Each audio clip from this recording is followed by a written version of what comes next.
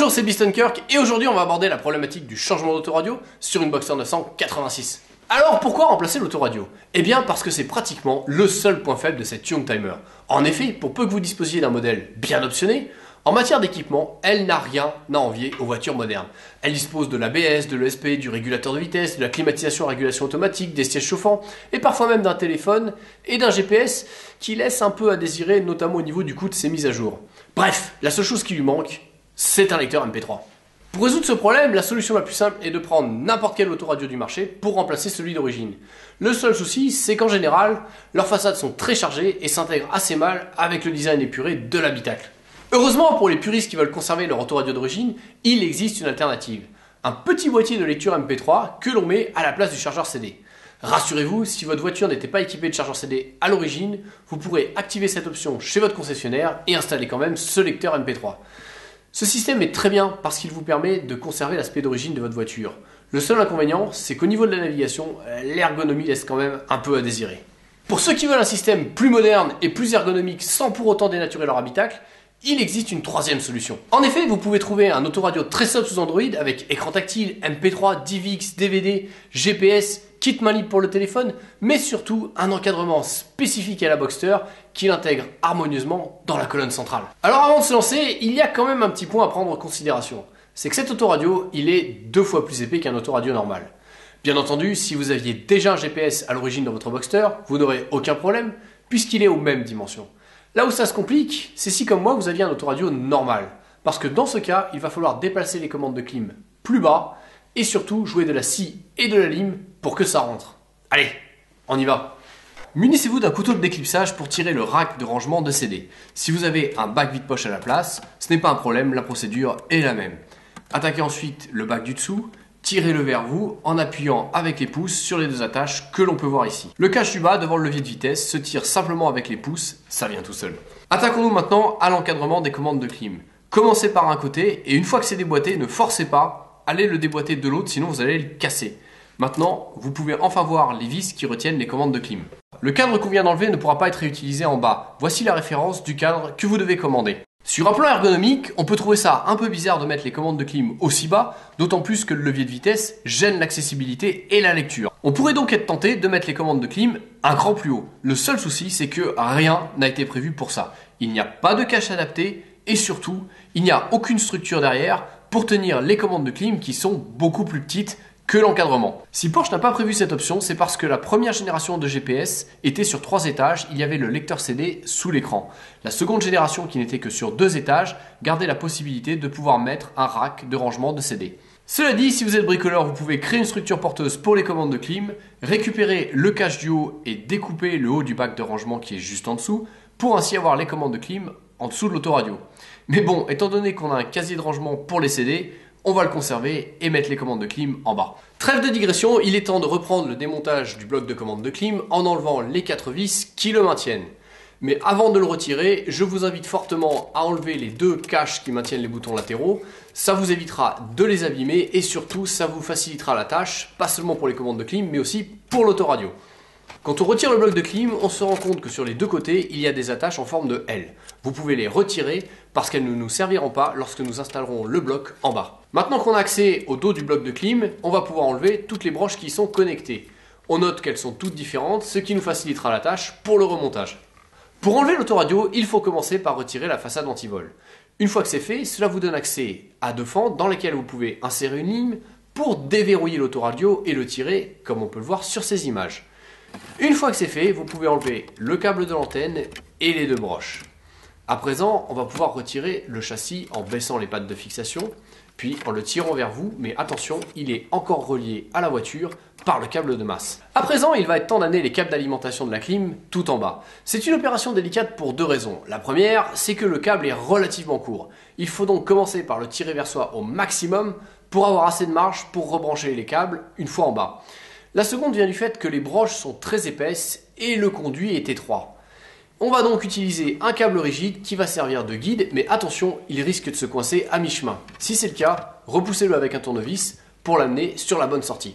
Attachez le fil de fer aux broches, mais ne tirez pas tout de suite, ça va être trop difficile, je peux vous le dire, on a expérimenté. Pour travailler dans des bonnes conditions, on n'a pas d'autre choix que d'enlever la partie basse de la console centrale. Pour cela, tirez le cache en moquette vers vous, puis vers l'avant du véhicule, ça va dégager la première vis. Pour retirer le cache en vinyle, il faut tirer vers soi et ne pas hésiter à forcer, il est très bien fixé. Vous avez ainsi accès à la seconde vis, mais ne les démontez pas tout de suite, enlevez d'abord les caches de l'autre côté. Une fois que c'est fait, vous pouvez dévisser les 4 vis, et ainsi, plus rien ne retient la partie centrale, vous pouvez donc l'enlever très facilement. Maintenant qu'on a un accès dégagé, on va pouvoir tirer le fil de fer qui sert de guide pour amener les câbles jusqu'en bas. Ce n'est pas une opération simple pour autant, puisqu'il faut passer les broches une par une à la main dans l'encadrement, ce qui est une opération qui m'a pris pratiquement 3 minutes. Une fois que c'est fait, pensez bien à tirer au maximum le câble pour avoir assez de marge pour rebrancher les broches sur les commandes de clim. Une fois que c'est fait, vous pouvez remettre la structure de la partie basse de la console centrale et pensez bien à la revisser. Contrairement au démontage, vous n'aurez pas assez de longueur de câble pour remettre les broches avant de renficher le bloc de commande de clim. Vous allez donc devoir revisser le bloc de commande de clim, attention vous n'aurez que 2 vis au lieu de 4 cette fois-ci, et ensuite passez derrière l'appareil et du mieux que vous pouvez, essayez avec les doigts de remettre les broches une par une. Maintenant que les commandes de clim sont installées, vérifiez qu'elles sont fonctionnelles et quand vous êtes sûr, vous pouvez remettre en place les caches latéraux en moquette et en vinyle, puis le rack de rangement de CD, le petit cache placé sous les commandes de clim, et enfin on va attaquer la problématique du nouvel encadrement de la commande de clim. Récupérez l'ancien encadrement pour reprendre les capuchons bleus qui sont restés accrochés dessus et remettez-les sur ce nouvel encadrement avant de le clipser. Ça y est, l'opération de déplacement des commandes de clim est terminée. On va pouvoir s'attaquer au démontage de l'encadrement central du tableau de bord. Comme on a déjà démonté les caches des interrupteurs, les 4 vis qui maintiennent cette partie centrale sont toutes visibles. Il vous suffit simplement de les dévisser pour le retirer avec la grille de ventilation. Bien entendu, pour pouvoir enlever la partie centrale, il faut d'abord enlever les broches des interrupteurs ainsi que de l'allume-cigare. Une fois que la partie centrale est enlevée, on pourrait se contenter de laisser pendre les broches, mais on va quand même les rebrancher aux interrupteurs pour être sûr de ne pas oublier l'ordre dans lequel elles doivent être branchées. À présent que le passage est dégagé, on va pouvoir enlever le support métallique qui est au fond en retirant les 2 vis qui le maintiennent. Ce support a été conçu pour tenir par l'arrière 2 appareils distincts. Évidemment, il est inadapté à l'autoradio que nous apprêtons à mettre. Pour pouvoir le réutiliser, il va falloir redresser les pattes qui supportaient les commandes de clim. Munissez-vous d'une pince et forcez. Il se peut que dans l'opération, vous cassiez une des 2 attaches. Ce n'est pas un problème, ça ne vous gênera pas pour la suite. Maintenant que les pattes ont été redressées, vous pouvez remettre le support métallique dans son emplacement d'origine et le revisser. On va enfin pouvoir sortir l'autoradio de sa boîte pour y adjoindre les éléments de son nouveau châssis métallique. Pour trouver le bon positionnement de la plaque en cuivre latérale, il va d'abord falloir mettre l'encadrement en plastique noir sur la façade de l'autoradio. Ensuite, coller la plaque en cuivre contre cet encadrement et après, verrouiller la plaque de fixation avec les 2 vis. Bon, avant d'aller plus loin et de découper le plastique de façon irréversible, la première chose à faire est de brancher l'autoradio pour vérifier que tout fonctionne. Pour cela, on dispose de plusieurs adaptateurs. Un pour l'antenne, puis on branche le câble de masse qui avant était relié au châssis de l'autoradio, et enfin, on dispose d'un adaptateur pour les 2 broches. En apparence, on pourrait croire qu'on peut s'en passer parce qu'on peut brancher directement les broches sur l'autoradio. Mais si vous faites ça, vous aurez ensuite des variations de tension dans l'appareil et quand vous accélérez ou quand vous freinerez, vous verrez les stations de votre autoradio se mettre à changer toutes seules. Maintenant, il ne nous reste plus qu'à rebrancher l'antenne, puis les 2 broches sur l'autoradio et à mettre le contact. Sauf que quand on a mis le contact, il s'est rien passé. Mince, j'ai quand même pas de bol, j'achète cette voiture avec un autoradio en rade et quand j'en prends un nouveau, il marche pas non plus. À moins que le problème vienne pas de l'autoradio. Et si ça venait du fusible? La boîte de fusible se trouve côté conducteur au niveau des pédales. Pour y accéder, il suffit d'enlever le couvercle. La ligne de fusibles du bas sont les fusibles de rechange. Pour les retirer, on utilise l'espèce de petite pince orange. Le fusible qui nous intéresse, celui de l'autoradio, est situé en E1. On le retire, puis on le remplace. Finalement, c'était tout simplement le fusible. Et c'est là que je me rends compte que je suis vraiment un mec trop fort, parce que j'ai acheté un autoradio à 600 balles, alors qu'il suffisait de remplacer un fusible à 60 centimes. Alors, si je vous ai raconté cette anecdote, c'est pas juste pour que vous vous fendiez la poire sur mon dos, c'est accessoirement pour vous rappeler que parfois, il y a des solutions simples qu'on a tendance à oublier. Allez, on continue. Maintenant qu'on a du courant, on va pouvoir tester l'appareil, notamment en y insérant un CD. Et là, on s'est rendu compte que le CD refusait d'entrer. En fait, il y a 2 petites vis de sécurité à enlever. Elles servent à stabiliser le système de lecture pendant le transport. Une fois qu'on les a retirées, l'appareil a accepté le CD sans problème. Alors je voulais faire une petite parenthèse. Si on s'est fait avoir pour l'histoire des 2 vis du CD, c'est parce qu'il n'y a aucune notice fournie avec l'appareil. En fait, il faut la télécharger. En soi, c'est pas un problème, elle est très bien faite. Le seul souci, c'est qu'on n'a même pas un petit papier dans l'appareil qui nous donne l'adresse de où on doit télécharger la notice. Enfin bon, après avoir contacté le service après-vente, j'ai pu la télécharger et continuer. Maintenant que la partie centrale est retirée, on va pouvoir s'occuper de son ajustement. On commence par poser l'encadrement noir de l'autoradio et on constate qu'il est trop épais, il déborde en plusieurs endroits. L'autre problème vient de la tige transversale qui empêche de passer le châssis de l'autoradio. Pour couper cette tige de plastique, le plus simple est de prendre une lame de scie à métaux dont on va envelopper une des extrémités avec du papier sopalin pour servir de manche et ainsi vous pourrez couper très facilement. Mais une fois que c'est fait, ne rangez pas tout de suite votre lame, vous allez encore en avoir besoin. Il faut aussi retirer les 2 trous qui servent aux vis, parce que sinon le châssis ne passera pas. Il est temps d'ajuster la profondeur. En effet, les commandes de clim étaient un peu plus en avant que le trou de l'autoradio. Pour corriger le tir, il va falloir poncer les 2 trous des vis du bas des commandes de clim, ainsi que la butée intermédiaire. Heureusement, comme le châssis métallique de l'autoradio ne va pas jusqu'en haut, on n'aura pas besoin de toucher aux 2 trous de vis du haut. Cela dit, je vous recommande quand même de les poncer parce que sinon ils vont gêner l'encadrement noir de l'autoradio. Pour faire l'ajustement, le plus simple est encore d'utiliser une perceuse avec une tête de ponçage. Croyez-moi, vous allez gagner du temps. Vérifions à présent si notre ajustement est bon. Pour cela, on remet l'autoradio dans son châssis métallique et l'ensemble dans la partie centrale. Enfin, on met l'encadrement noir en plastique autour de l'autoradio. Et là, on constate qu'il persiste encore quelques problèmes, notamment certains angles qui sont plus élevés que d'autres. Pour corriger le tir, on va enlever de la matière avec une lime à bois sur l'encadrement noir en plastique de l'autoradio. Cette opération est un peu longue parce qu'il faut limer, remonter pour tester, redémonter pour relimer, bref, ça va vous prendre un peu de temps.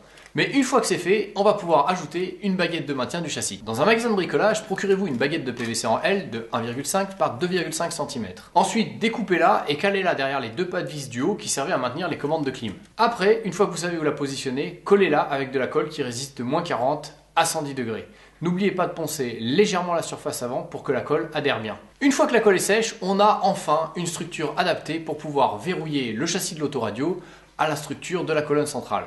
Pour cela, remettez le châssis, puis relevez les pattes en haut et en bas. Maintenant, on peut enfin tout remonter. Avant de tout remettre dans la voiture, il est quand même recommandé de faire un test de résistance pour être certain que le châssis métallique de l'autoradio tient bien à l'armature en plastique.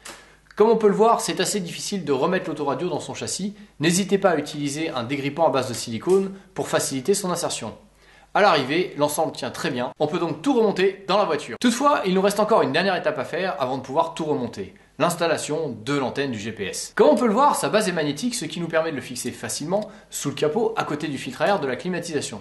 Cela dit, ça implique quand même de tirer les câbles. Alors on va simplifier la vie en l'installant dans un endroit où ça capte aussi bien et où c'est à l'abri de l'humidité, c'est-à-dire entre le tableau de bord et la colonne de ventilation. Pour fixer l'antenne, on va utiliser une colle qui résiste de -40 à 110 degrés. Mais pour que la colle adhère bien, il va falloir d'abord poncer les 2 surfaces, celle de l'antenne et celle du canal de ventilation. Ensuite, une fois que c'est encollé, il ne vous reste plus qu'à appliquer. Avant d'entamer la procédure de remontage, il est quand même préférable de recouvrir le levier de vitesse avec du papier bulle, ça vous évitera de l'abîmer. Ensuite, passez tous les câbles à travers la structure, ceux de l'autoradio, mais aussi ceux des interrupteurs. Après ça, vous pouvez revisser les 4 vis. Dès que les 4 vis ont été fixées, la structure est stable, on peut donc remettre l'autoradio. Remettez toutes les broches une par une et une fois que c'est fait, enfichez-le. Après ça, vous pouvez rebrancher les interrupteurs et les remettre dans leur emplacement d'origine. Ensuite, il ne vous reste plus qu'à remettre l'encadrement de l'autoradio et à admirer le résultat final. A ce stade, on pourrait croire qu'on en a enfin terminé et qu'il ne nous reste plus qu'à apprécier notre autoradio. Eh ben non, quand il n'y en a plus, il y en a encore. En effet, cet autoradio est un peu particulier puisqu'il n'est pas livré prêt à l'emploi. Il nous reste encore à installer le GPS. Si vous appuyez sur l'option GPS, vous avez un message en chinois. Ce qu'il faut faire, c'est prendre la carte microSD qui nous est fournie, l'insérer dans l'appareil et suivre la procédure d'installation que nous allons voir maintenant. Pour se simplifier la vie, on va commencer par changer la langue de l'appareil. Allez dans Settings. Ensuite, faites défiler avec le doigt. Puis sélectionnez Language and Input. Après ça, sélectionnez Language English et là, vous pourrez changer en choisissant le français. Maintenant, on va pouvoir commencer à installer le GPS. Appuyez sur le bouton Retour pour revenir au menu principal. Insérez bien la carte, puis appuyez sur le bouton Explorateur. Laissez la carte monter et une fois qu'elle est bien montée, vous allez avoir accès à l'option SIGIC 16011. Cliquez là. Elle va vous afficher tout le contenu de ce qui va être installé. Vous pouvez le faire défiler avec les doigts, puis appuyez sur les boutons suivants plusieurs fois de suite pour arriver jusqu'au moment où on vous propose l'installation du GPS. Cliquez sur Installer et laissez le temps au GPS de s'installer. C'est pas encore fini. Cliquez sur OK Ensuite, cliquez sur la petite maison en haut à gauche pour revenir dans le menu principal. Cliquez sur Paramètres. Ensuite, dans Voiture, cliquez sur GPS. Et dedans, sélection de l'application GPS. Là, on voit Sigic, celle que l'on vient d'installer. Cliquez là. Et maintenant, on peut revenir dans le menu principal avec la petite maison en haut à gauche. Maintenant, on peut appuyer sur Navigation et ça lance enfin le GPS. Waouh, ça c'est du plug and play. Théoriquement, à ce stade-là, on en a terminé avec l'installation de l'autoradio. Enfin, vous peut-être. Moi, en ce qui me concerne, j'ai découvert une petite galère. En effet, je me suis rendu compte que quand on coupait le contact et qu'on enlevait la clé, au démarrage suivant, l'autoradio s'était réinitialisé. Il avait perdu toutes les stations de radio que j'avais mis en mémoire et l'horloge était revenue à zéro. J'ai contacté le service après-vente qui m'a expliqué que le problème était plutôt à chercher du côté des broches d'adaptateur. Il était fort possible qu'il y ait eu une inversion entre le câble d'alimentation permanent et celui des accessoires. Alors, plutôt que d'attendre qu'on m'envoie un nouvel adaptateur, je vais vous expliquer comment résoudre le problème tout seul. Avant de commencer, on va regarder sur l'étiquette qui est collée à l'autoradio pour savoir où sont censés être positionnés les câbles. Le B+, correspond au positif de la batterie, c'est-à-dire l'alimentation permanente. ACC correspond aux accessoires, c'est-à-dire l'alimentation qui est coupée quand vous retirez la clé de la voiture. En théorie, ce sont donc ces deux câbles qui ont été inversés. Pour pouvoir faire nos tests, on va en avoir besoin d'un troisième. GND, Ground, c'est-à-dire le négatif de la batterie. On va donc prendre un voltmètre et mettre ses cosses dans la broche au niveau de B+, c'est-à-dire le positif, et GND, c'est-à-dire le négatif. En théorie, elle devrait être alimentée en permanence. Et le fait est que quand on met le contact, on a bien 12 volts, mais quand on le coupe, on n'a plus de courant. Maintenant, on va faire un second test en connectant le voltmètre au niveau de la broche à l'emplacement du négatif et de ACC. Et là, on se rend compte qu'on a tout le temps du courant, 12 volts, que la clé soit en on ou off. C'est donc bien de là que venait le problème. Il va falloir inverser les deux câbles. Cette opération d'interversion n'a rien de très difficile. Il suffit de prendre une pince, de tirer, ensuite de redresser l'embout avec un tournevis avant de la renficher dans son nouvel emplacement. Une fois que c'est fait, j'ai rebranché la prise et j'ai testé l'autoradio et tout fonctionnait parfaitement.